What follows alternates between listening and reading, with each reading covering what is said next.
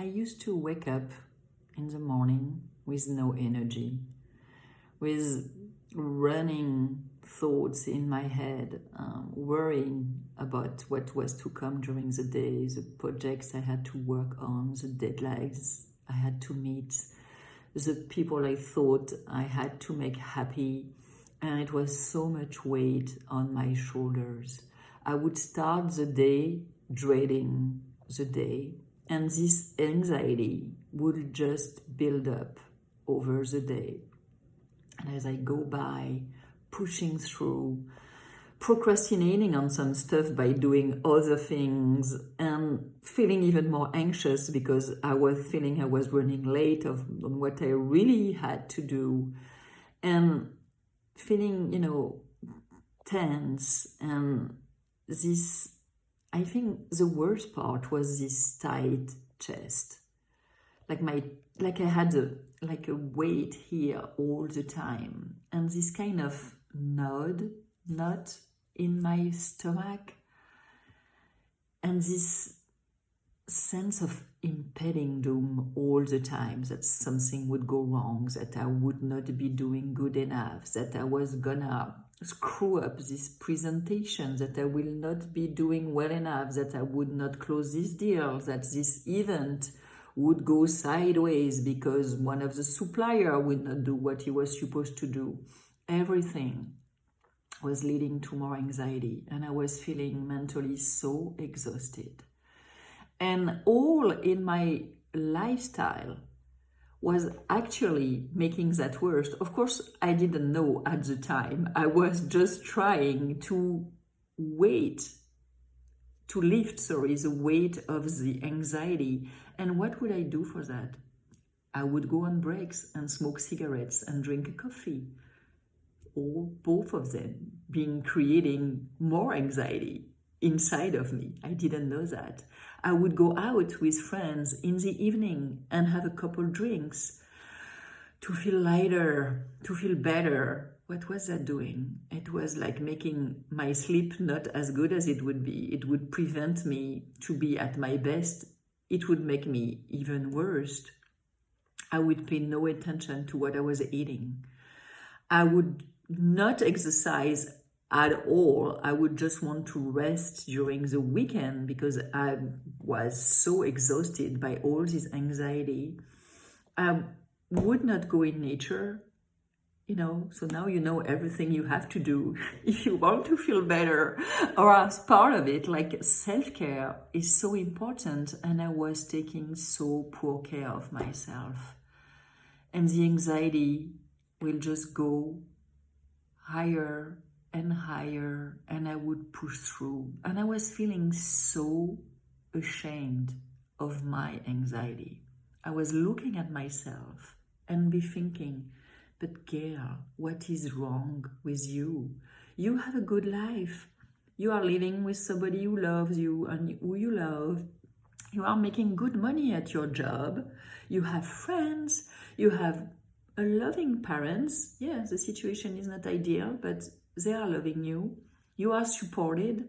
What is wrong with you? Why do you feel so bad inside? You should feel good. That's what I would tell myself all the time. So instead of dealing with what I was feeling, I would be angry at myself for feeling the way I was, and I would just deny it, and I would push through and push through. And I kept pushing for years.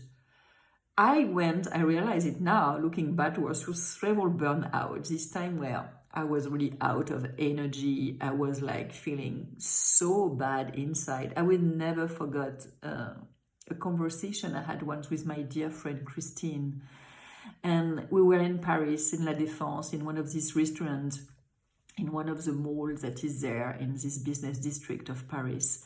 And I will talk to her, and I was so desperate.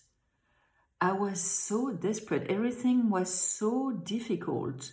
And she was looking at me with the love, a friend has for you. And she would tell me, but girl, you cannot keep going this way. You have to quit. You cannot keep going the way you are. You're just gonna crumble. And I was listening to her, and I was thinking, but I can't. I have to work. I need my salary. I should be better. I want to be a cool and at peace and joyful person. Also, I was still joyful. I was pretty good at still putting energy out when I was with other people. But everything was causing so much pain. And I just kept going. And I kept going till I went through depression. It was a long, painful, difficult time in my life. 6 months of being down, of feeling my life had no value, of just thinking that death could be the only exit, although I never had any desire or attempt to attend to my life. No, but I was just thinking that. It's to show you how desperate I was thinking that death would be the only way out, where maybe I would feel better. And then I went from this deep down on feeling I was worthless, that I had no value to bring to this world, that I was not deserving of anybody's love or attention. And I was so down, and I went on the opposite side. Suddenly I was so hyper everything. For 6 months, I barely slept. I was going out all of the time. I broke up with the man I loved to feel free. My psychiatrist would told me, you've never been as bad as when you were so hyper. Like, I was like, wow, way over there. And of course, then I fell down again.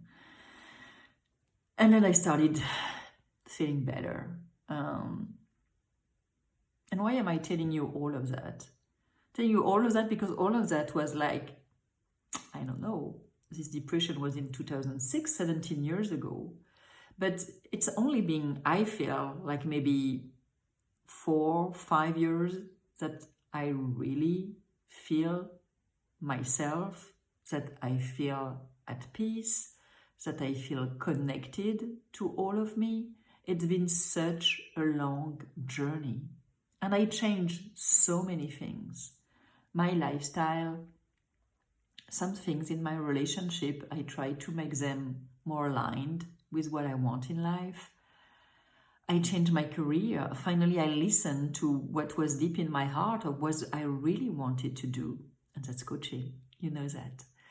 And I started following another path than the one I thought I had to follow when I was just listening to voices outside of me, the voices of society, my parents, expectations that I had put on myself, looking at the world through other people's eyes. But then when I was able to connect to my intuition, to look inside, all the wisdom was there.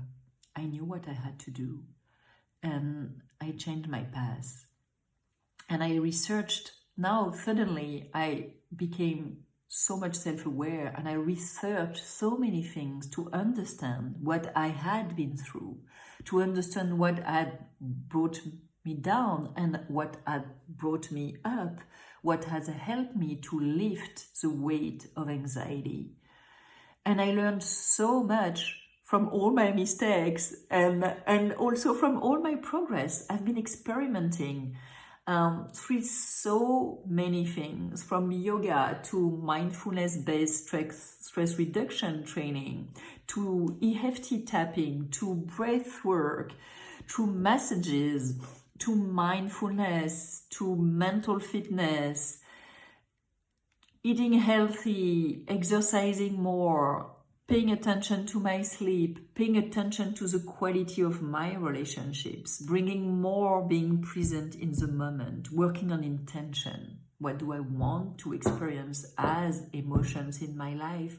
Choosing joy, choosing fun, choosing peace, choosing growth. All of this has helped me to be now in my life. Still feeling anxiety sometimes. I'm not gonna lie, it will be part of me certainly till I die, it's okay, but never feeling overwhelmed by it. Because now I have new ways of seeing the world, new ways of thinking. I have strategies and tools to regulate my emotions and globally my nervous system. I've created a lifestyle that is supporting the best version of myself. I've surrounded myself with people who care and love me and respect me. I feel good. And you know what? This energy is fueling my desire to help others, to help you get out of this vicious circle of anxiety you're in. It's holistic when we talk about well-being, but it's also holistic when we talk about anxiety. It's like you feel anxious, your physical energy is down, your mental energy is down, your emotional energy is down, and it's just a circle of going down and down and down and feeling less and less and less happy, joyful, at peace. There is less and less and that and more fear, worry, stress, anxiety, anger sometimes, overwhelm, sadness, frustration, the difficult emotions that take more and more space. You have to break this circle, and you can do it. You deserve to live a life you love. You deserve to wake up every day and feel that your life is worth it, that you are living up to your real potential, to who you truly are. And you see, it brings tears in my eyes, because I know the price of being on the dark side. I know it comes at the expense of your own experience of life. And I also know there is a way out, and that's the path I want to support you and I want to guide you on. I believe so much in what I do, in what I can bring. I believe I can help you. And I hope you will take this leap of faith and you will invest in yourself and you will make this decision to break the circle of anxiety. I'm here for you. If you want to talk, if you want to share, if you want advice, and if you are ready to put the work in, to work on all areas of your life that you will need to change so you can create a new life for yourself that is free of anxiety and that is full of joy and peace and excitement and some growth also. Like when we remove the fear and the anxiety, we are so much more willing to go on new adventures, to try new things. I mean, I've been trying so many new things now that I have no fear about it. I have just the excitement of trying and maybe finding something really good on the other side. Maybe not, doesn't matter. I will try something else. I want that for you. You deserve it. That was today my inspiration to reach out and to give you this hand. This hand that I invite you to grab and to hold. And so you can move on this path and go on your own. I'm Gail. I'm a well-being and mindset coach. I care deeply, and I will be there for you if you want me to.